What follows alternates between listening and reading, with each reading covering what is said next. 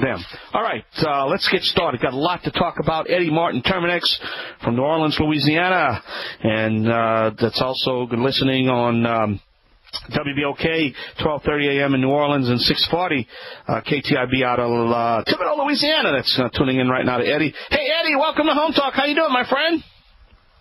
Getting to be that time of the year, Michael. Looks like we're finally breaking out of winter. Yeah, I got good. Yeah, I got a call from you yesterday. We talked about that. It says, hey, King, you kind of forgot it's about that time of year. I said, oh, don't tell me. Don't tell me. I tell everybody that story when I first met you about when I owned all them apartments. You remember my first thing when I saw all them termites swarming, man, I had a heart attack. And I said, oh, if I'm having a heart attack, what is my listeners having? So I tell that story a long time ago. But so what's happening, Eddie? Help us out here. So give us a little history of that bad termite and tell what it does and why it swarms this type of year and the kind of destruction it can cause.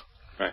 Well, what we have this time of year, Michael, is our native subterranean termite. It encompasses North America, where we'll be talking in a month or so about the Formosan subterranean termite, how to find him.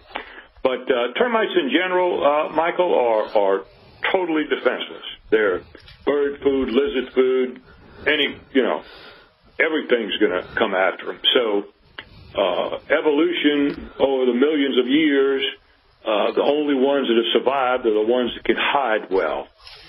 So this is why they're feeding on the dead wood in your house and you don't know it, because they've learned to survive like that way. Once a year, nature makes a mistake, right?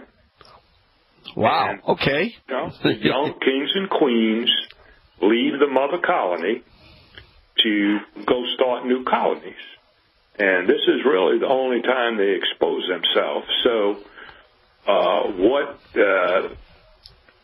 the order name for termites, Isoptera, means equal wings.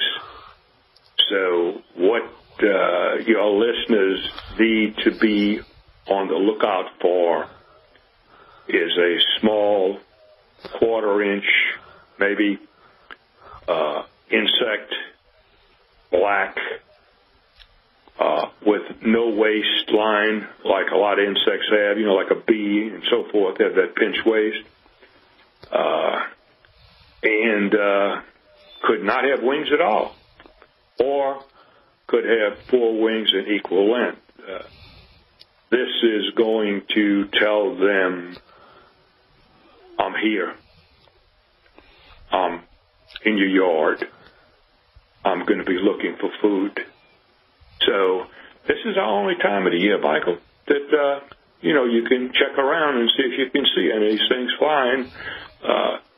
Primarily, you're talking about midday to mid-afternoon. Nice, warm, sunny day with a light breeze blowing, and this is what they like. So this is our only shot at that one, Michael. Wow! Now this is a prehistoric creature, you said, right? Am I correct? Oh, sure. Oh, yeah. Most of the insects are. They just part of the evolutionary cycle that took place in nature. And, it's time to do your due diligence if your home is not under protection, to walk around the outside, walk around the inside. These insects are only going to be out for a few minutes, maybe 5 visible, maybe a little more, but not much more. They're going to go hide. So sometimes you'll find some wings that you never saw before on a windowsill or something. Don't throw these away. Keep them. Your pest control company needs to see that. You may find dead insects. They need to see that. Insects can be preserved easily with rubbing alcohol. Any little bottle, jar, plastic bag that you can seal, the rubbing alcohol will keep them fresh.